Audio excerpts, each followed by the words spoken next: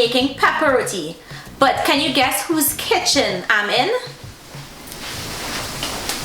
She's here with Matthew's Guyanese Cooking. So guys, this is Matthew. I'm in his kitchen. I'm going to be showing him how to make pepper roti.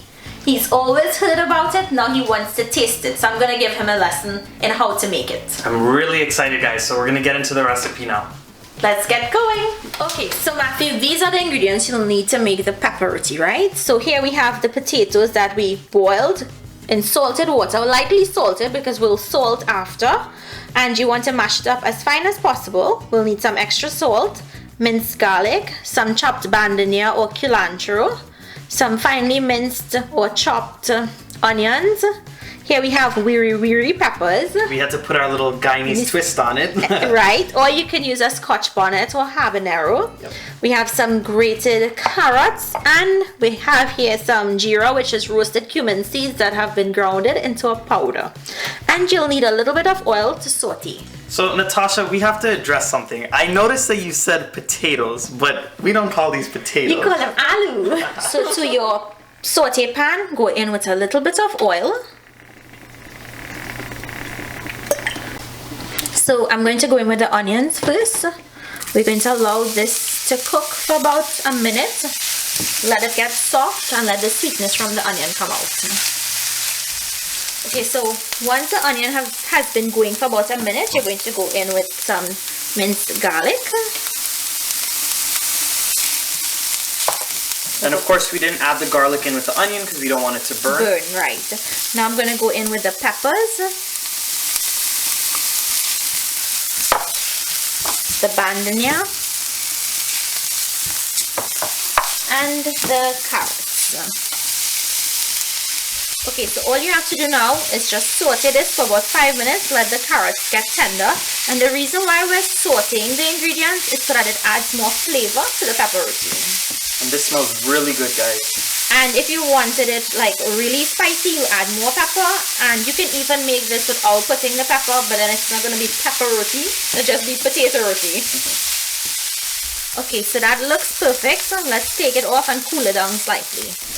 Okay, now add the sauteed mixture to the potato.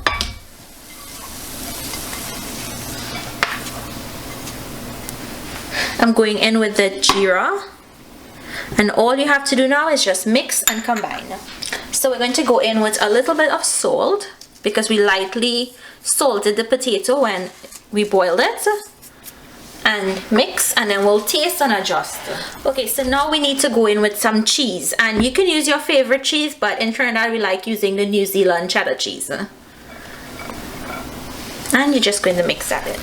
Now some cheese can be salty, so that's why we don't add too much salt. You'll always taste it in the end.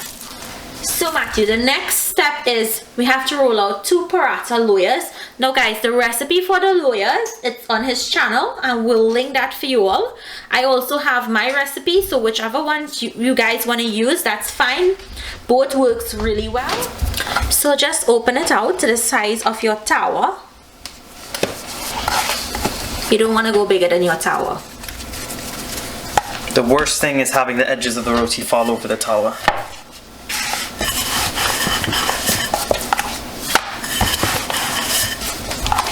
And if you guys didn't want to make paratha, you can just go to your local roti shop and buy 2 of the loyas. I'm really proud of Matthew being a young guy, and he really cooks good food and he cooks a lot. So all the young guys that are watching, you all need to learn to cook like Matthew. Alright, so we're done rolling out both of our loyas. Right, so we need to get our tower and put it on a medium heat. So we're going to put enough of the filling to cover, but you're going to leave like a small border, 1/2 inch, because we'll need to seal it with the other roti. And you just want to spread that out evenly. And make sure you guys taste your filling to make sure it has enough salt before you put it. Okay Matthew, now you have to put the other roti on. And guys, when you're making this, try and don't use too much of dry flour because it will prevent it from sticking. So you want to press down, get all of the air out so that it compacts and you know it doesn't fall apart when you have to turn it. Okay. So now you're going to put this on your tower, but just put a little bit of oil on the tower. So you just want to lightly grease it just to make sure that the roti doesn't stick or burst. And we're cooking this on a medium low heat because the roti is raw, so we'll need to make sure that that roti is cooked properly. And it fits the tower just perfectly. Perfectly, yeah. And once you get it on the tower, you have a few seconds just to go ahead and smoothen it out. Smoothen it out a bit if it needs some smoothing out. Okay, so when you put it on, allow it to cook for about 2 minutes, then flip. And we're going to oil or butter, or in Trinidad we use golden. But we don't have golden today, so we're going to be using some unsalted butter. Some unsalted butter. Okay, so you go ahead and brush some on the roti. So you can go ahead and butter that side.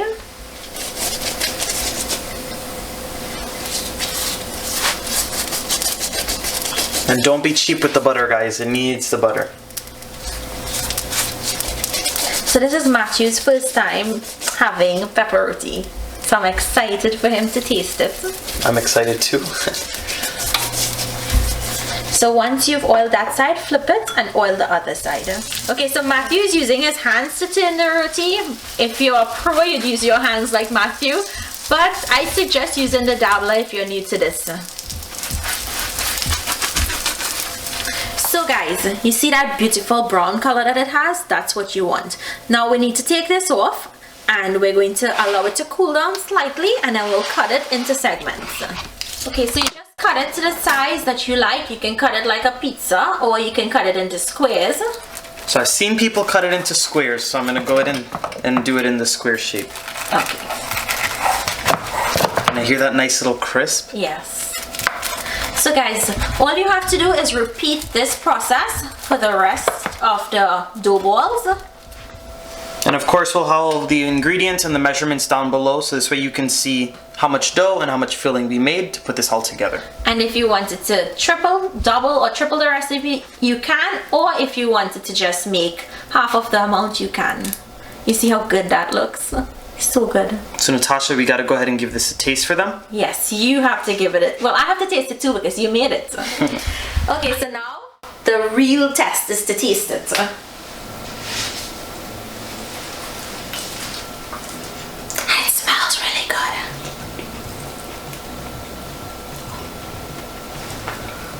Hot. Very hot on the inside, but this is amazing. Natasha, I have to give you a hug. This was amazing. Thank you for teaching me how to make this. This is delicious. It tastes better than mine. What did you do?